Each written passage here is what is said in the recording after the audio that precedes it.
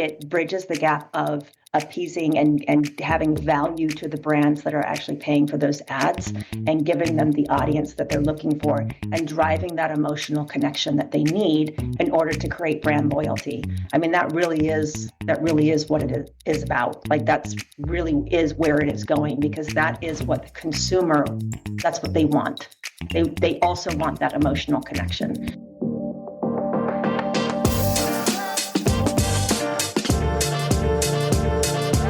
Misty Chalk is Vice President of Sales for the Americas for BrightSign. So Misty and I had it felt like a really quick conversation, but as I was looking back at my notes, we actually talked about a lot of stuff at NRF about a month ago. But here we are, looking forward to a continuation of the conversation. Misty, thanks for joining me.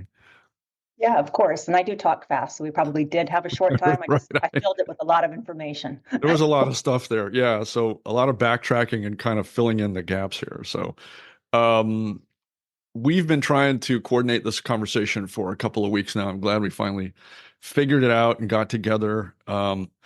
Your team and I have been trading some notes back and forth, some interesting happenings in the BrightSign world.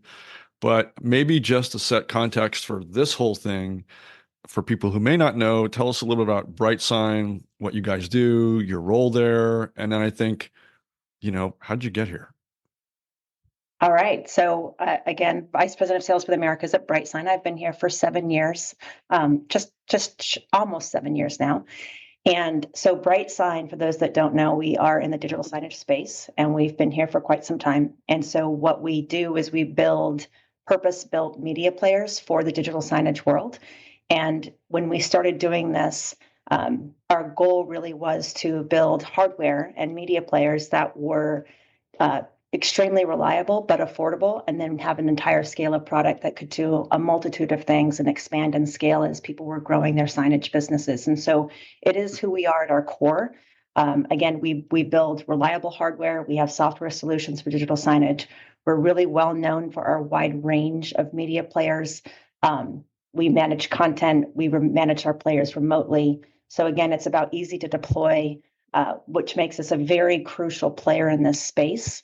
Our ecosystem is incredibly important to us. And so our strategy has been somewhat different than others, where we actually opened up our APIs, which is just a way for people to run their content management software on our hardware, which has just made us a really integral part of the entire digital signage ecosystem. So what that allows you to do is kind of personalize your entire experience while really focusing on that, the best-in-class media players, which is what we're known for.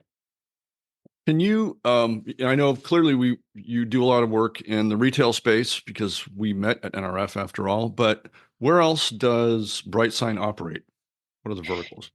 Well, if you look at digital signage and kind of the history and the evolution of signage, right? Like, signage was just something that was very static back in the 90s when it started becoming popular. It was very static. It was very just image oriented. It was more about information sharing.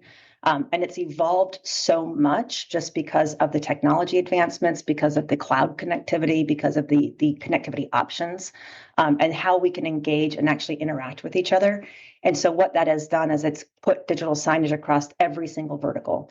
So there is no industry and there is no vertical that is not doing some form of digital signage, whether it be simplistic or experiential or extremely dynamic and complicated. It's literally everywhere. I would challenge anyone to go even to your doctor's office. There's digital signage in the waiting room. They're in the patient rooms now. They're at the grocery stores. It's everywhere. So we cover all verticals. It really is horizontal for us. Retail has been an incredibly important vertical for us. It's kind of where we cut our teeth.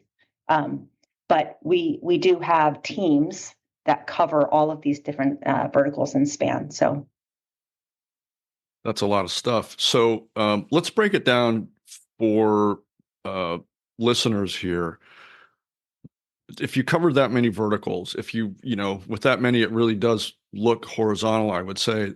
Does that mean that you're selling into these verticals through distributors and partners, or does BrightSign have those kind of sales vehicles, space by space, industry by industry? So we have a hybrid approach, and it does depend a little bit regionally, right? So our international business is 100% through distribution because it's incredibly important for them to source their entire solution by country. And so we acknowledge that, and we make sure that we are aligned with how people want to do business. In the Americas, it's a little bit different. It is a hybrid. So we do sell through a reseller community. So we want to make sure that we have the right partners that can go and do these integrations and provide the right level of experience and expertise to our end customers.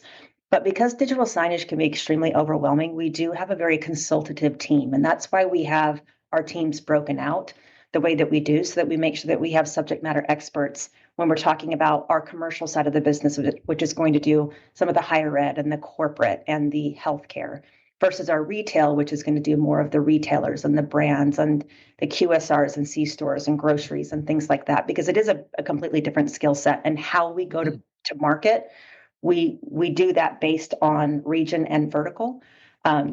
So that's how we structure it, because we want to make sure we're doing business the way that people want to do business, but that we also make sure that we have the right partners in place to support that, because we don't want our end users having a bad customer experience. I noticed in some of your materials, there was an announcement, I think fairly recently, that you've kind of formalized a partnership structure. I'm struggling to remember the name of it right now. Right Alliance. There you go, Bright Alliance. It's a great name. I love it. Yeah. So I'm guessing that is, that's a full ecosystem approach to partnerships, from system integrators and distributors to everything else. Yeah, so our partnerships, we use that word, it's almost interchangeable for a lot of different things, right? And so one thing that we're trying to do at BrightSign is really break this down for our customers, because digital signage can be extremely overwhelming. I mean, you have companies that will put a thumb drive in a display and say that they're digital signage, but that's not really the intent or the spirit of what we're doing, right? So it can be really difficult to break all of that down. And so what we've done is we look at our partnerships, and we have over 170 now, I think, content management software companies that run on BrightSign hardware. And although that is a really great selling point to an end customer, that can be extremely overwhelming. And so what we try to do is break that down and say, okay, we want to make sure that we're giving a consistent customer experience to our mutual customers, and that we are understanding kind of what that CMS partnerships look like and what it means. And so we started Bright Alliance, and right now Bright Alliance is only a year old, and we are focused just predominantly on our CMS partners.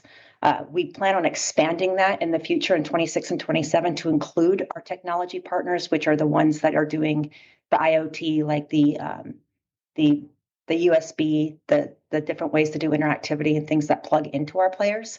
Also our BrightSign built-in partners, because BrightSign also powers displays as well for an all-in-one solution. And then we have our integrators and our distributors as well. So eventually we'll include all of those into it. But right now, the Bright Alliance is really geared around CMS. And the idea about that is so that you can look at our Bright Alliance partners and it means something. So we have elite partners, premier partners, and advanced partners, and there's criteria that's met in order to be considered that. So as an end customer, I can look at this and I know I can have a specific expectation of the experience I'm going to have if I choose one of these partners, and that we have a consistent support, right? We want to make sure that we have consistent support across all of it, and that we kind of break down the barriers of how to choose a partner and what that actually means, because it is difficult to manage 170 different CMS partners. And so Bright Alliance is something we plan on growing. Right now, it's very elite. We only have 28 that are in that program, but we plan on growing that as we get more and more people and driving specific types of behavior that we want to see for, again, that consistent customer experience. There are two big topics I want to address while we're here, and not spinning off into some other topic that I know will end up happening anyways. One of those is retail media networks, the work you do there with them, your perspectives on what's working, what's not, how BrightSign enables those kinds of experiences. But then the other thing is, uniquely in our conversations, you end up talking about the customer experience more than almost anybody else I've spoken with in this space, which means that it's probably a real value. And I don't want to put words in your mouth, but everybody says we're about the customers, customer centricity, customer first. Yet the number of organizations who really put the customer first is probably minimal. Having said that, you talk about customer experience a lot. So in your world, you have the end users, you have your partners in the middle, you have the CMSs. Mhm. Can we just talk a little bit kind of broadly about how you view the customer experience, how you're trying to optimize for it, some of the ways you think about making life easier for your partners and the users themselves? Yeah, so when you have a model like we do, where we have this ecosystem that we're all kind of frenemies, but we work together and it really does work. One thing that we don't want to see is we don't want the finger pointing, right? And I think that's what makes people a little bit nervous. So what I've noticed in the 7 years I've been here, so I talk about customer experience because it's incredibly important to me personally. But the one thing I've noticed since I've been here is that, if you're using a software partner on BrightSign hardware. Once the BrightSign hardware is connected to the network and you have visibility and can push content, we're kind of out of that support at that point. It kind of shifts over to a CMS. And I think one of the things that people are fearful of when you talk about having this kind of hybrid model is they don't want the finger pointing. They don't want the, well, this is a BrightSign problem versus a CMS problem, right? They Right. want to have a very consistent experience. And so a lot of times they'll end up going with a solution that is an all-in-one solution that's all-inclusive because it just feels like that's more of a mitigation of risk on their part for the support side of it.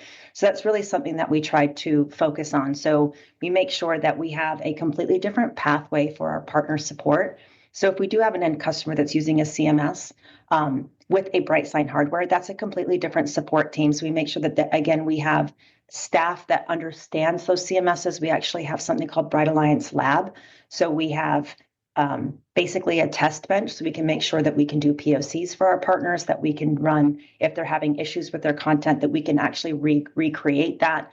So again, it's about having a very consistent experience regardless of what CMS you choose and BrightSign hardware, because what's visible is a lot of times it's BrightSign. They look behind the screen and they see, well, that's a purple box that says BrightSign, and they call us. And the last thing we want is for us to say, well, that's not a BrightSign thing, that's somebody else's issue, right? So we want to make sure that we're providing a very consistent experience, which is what we're striving for with Bright Alliance, and that's what some of the criteria to be in that program. Because it is important, because like I said, I've said this a couple of times, it's overwhelming. So it is important. And it's very important to us that we're supporting our partners the way they need to be supported, and that we're providing a very consistent experience to our mutual customers.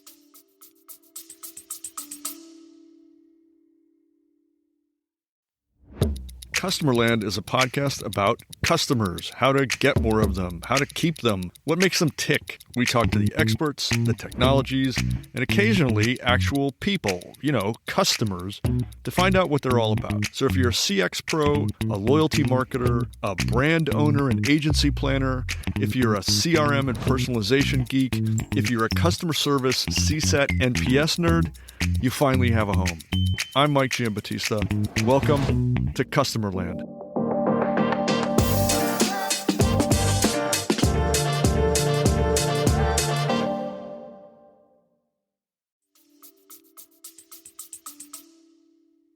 So there's no easy segue here because we're just going to roll right into a giant topic: retail media networks. All right. If you've been at BrightSign for 7 years, you've been there long enough to know when retail media networks weren't even really a thing. They were barely a thing 7 years ago, maybe not even. But over the past, maybe I'm going to call it 4 years, it's grown into a beast of an industry that's growing leaps and bounds. Money's being thrown at that space, and in ways that I've really never seen, and I'm pretty old. And lots of success stories, but also lots of problems.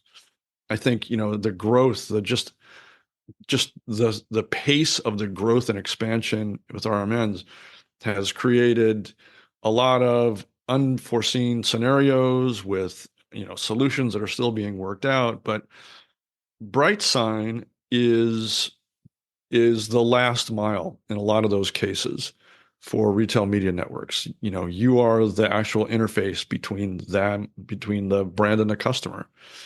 So I think you're Mhm. probably going to have an interesting perspective. I would love to hear, and I'll try hard to, no, forget it. We'll just let this conversation go where we want it to. But, um, over that period of time, since retail media networks became a thing, since BrightSign first started engaging with them, what does that look like? Because you've probably seen problems arise, get solved, new problems arise, get solved, and you're probably in the midst of some of those right now, as a matter of fact, just because of who BrightSign is. So, what's your perspective?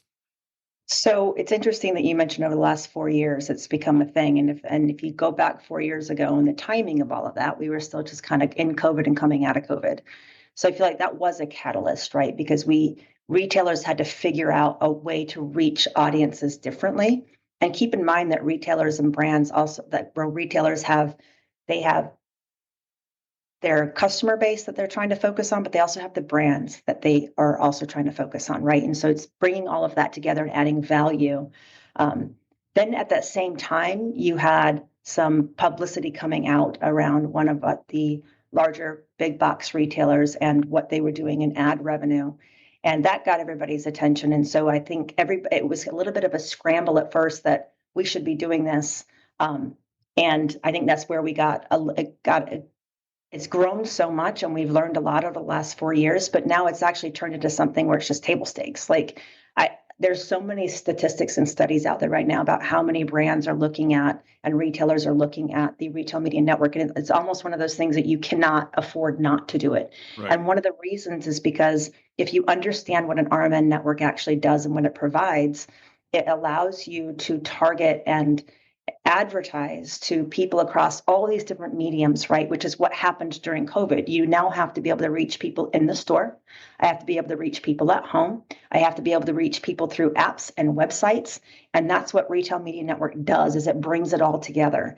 And so a product like BrightSign, where again, we're at that very core of that, we bridge all that together through the cloud services. So all the content is the same on the website, through the app, through the local displays in store. And then if you take into consideration too, just the streaming, the in-home streaming and what the ads have done for social media, what they've done for the online streaming services like Roku and Netflix and all of that. I mean, unless you have a specific subscription, you're getting commercials, right? You're getting ads. Like it is absolutely everywhere. And what BrightSign does, it really bridges that all together. So you can have your retail media network that will span then across all these different mediums. And that's what we do, is we bring all that ecosystem together. Now, the reason why our partners are so important to us is because the software to actually do that and run that and have the simplicity and ease of use of dropping in ads and getting your proof of play and getting all of that, that happens at the CMS level. So we have partners that have very robust retail media network and programmatic ads and endemic ads that they have built into their programs now. And we provide the best in class hardware that's incredibly reliable. And then they provide that software piece, then put that content across all the different mediums.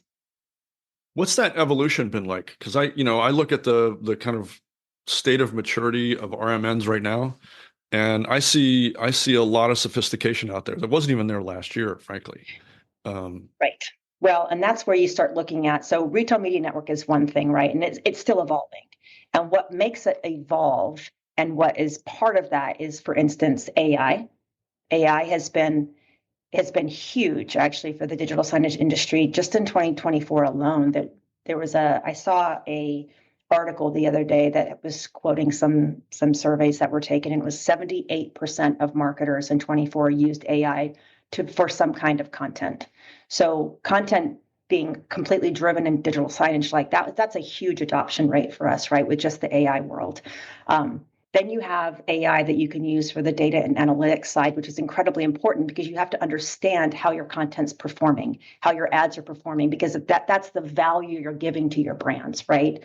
And so the AI will give that to you real time, where you don't have to wait for that information anymore. So you can pivot and you can make adjustments based on the interactivity of the content. And then you look at just the way that marketing in itself has evolved, where one-to-one marketing, or some people now, I think that kind of the trendy term is the hyper personalization of marketing, and where that has taken us. And so now it's this individual experience that everybody is looking for. And again, statistics will show that if you give somebody a personalized experience, they're more likely to buy from you, and they're more likely to repurchase from you, right? And so the personalization of all of that also is driving, again, this retail media network, because how do you personalize it if you don't have a way to reach people at their own leisure, right? I may be someone that doesn't want to go to a brick and mortar store. Maybe I'm going to do all my online shopping. You have to be able to reach me, but then you might actually want to go into every store. You have to be able to reach you as well. And so retail media network really brings that all together. That's been the evolution, and tying all these mediums together. And then you look at social media, like social media ads actually don't do as well as they used to. And then you bring AI into the social media conversation, and people actually don't believe the content that you see on social Right. media. Right. So digital signage actually allows them to get some of that same content, but out to their audience in a different method. In a credible Whereas way. the ingestion of social media and the content on social media is less, especially when you look at people moving, more toward the TikTok and the Instagram, and less Facebook and less X. A lot of corporations, they don't have the ability to make those short little cute little TikTok videos or whatnot, but you can still get the same effect by doing video within your retail media network, right? You can still get that, and again, you're reaching all these different brands. And the other thing I think too that kind of drives some of that also is that video content is incredibly important. And again, if you're not going to reach your audience through social media, you're going to be able to do it through digital signage. And the reason the video content is so important is because the other little trend that we see is everybody wants increased dwell time, right? That means they want people to sit and interact with this content. You're not going to do that with just a single image, right? Right. So the video content becomes incredibly important as well. So I wanted to ask you, but you kind of opened the door to it already.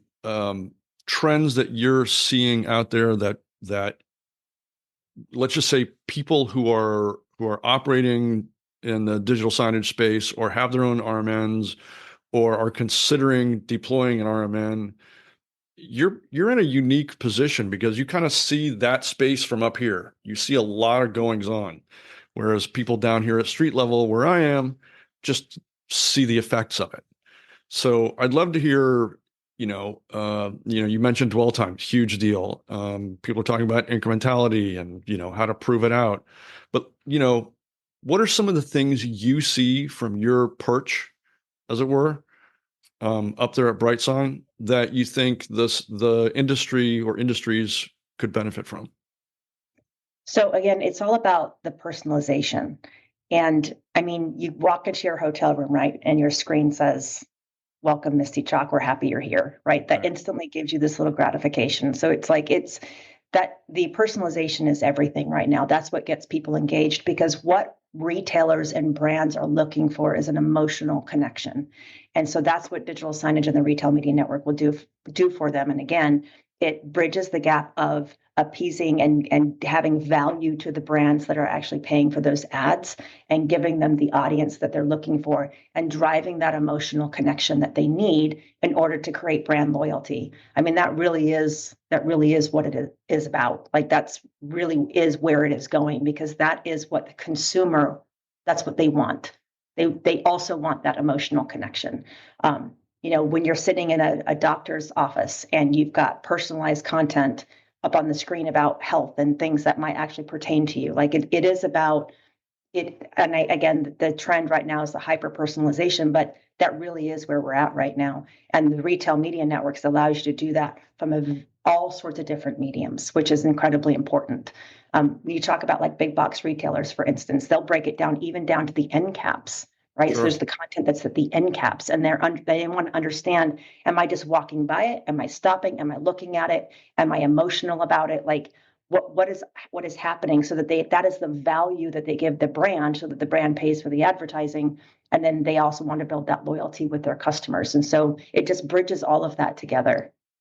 And customer expectations are only growing. It's okay to call it a want. I desire that, but it takes on a whole new level of importance when it becomes an expectation. And if one retailer is doing it over here, suddenly that becomes the expectation for all the other retailers or whatever that space is. Well, again, the advertising revenue alone, which is, again, there's been a lot of articles written about this on some of the big box retailers that have actually said what they make in a year on advertising alone. You cannot afford not to do it. All right. You can't afford not to do it. And brands, that's what they're looking for now, right? They're looking for that, and they want to know how they're performing. They want to know the engagement levels of that content. They want that proof of play. They want to know if people are engaging or not. And again, the dwell time, that's why that's so important, is that will tell you if somebody's just interacting and moving on versus is spending even a few seconds with the content is incredibly valuable information. So you cannot provide what the brands are looking for if you don't have that, and then you get left behind because the ad revenue is legitimate, and Right. if everybody is going to have some version of that retail media network. And again, it's about reaching people at all the different mediums, this is the expectation in this day and age. That is the expectation, that I'm going to have a very similar experience if I'm shopping online versus in store. Yeah. So I don't know how well I did trying to contain this giant conversation into something sensible, because there still is so much more that we should be talking about. But maybe we save all that for, version 2 of this, maybe later in the year. Because I think it'd be Maybe we do an unplugged version. We just put it all out there. all right, and leave it to the editing guys to figure out how to make it make sense. Exactly. Yeah, it's their problem. I agree with that. I think that's the way we should do this.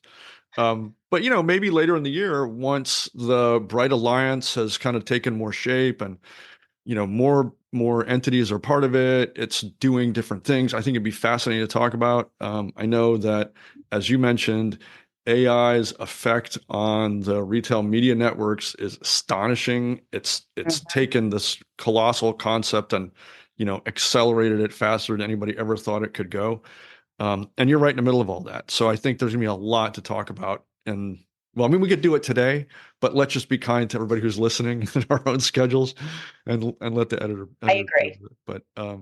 But yeah, I I think agree. It is something we look at too. AI is incredibly, like, whether you like it or not, or whether you're afraid of it or not, it's not going anywhere. And so it's how do we utilize it? And so even with what we do at BrightSign, we look at this and say, how do we bring AI to our partners? How do we bring it to the masses?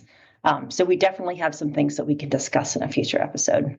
all right. Well, then we'll have our people talk to your people. Sounds good. That implies I have people. Well, Misty Chalk, thanks so much for the time, for the thinking. It's a pleasure. Just to reiterate, Misty is Vice President of Sales for the Americas at BrightSign, and thank you for this.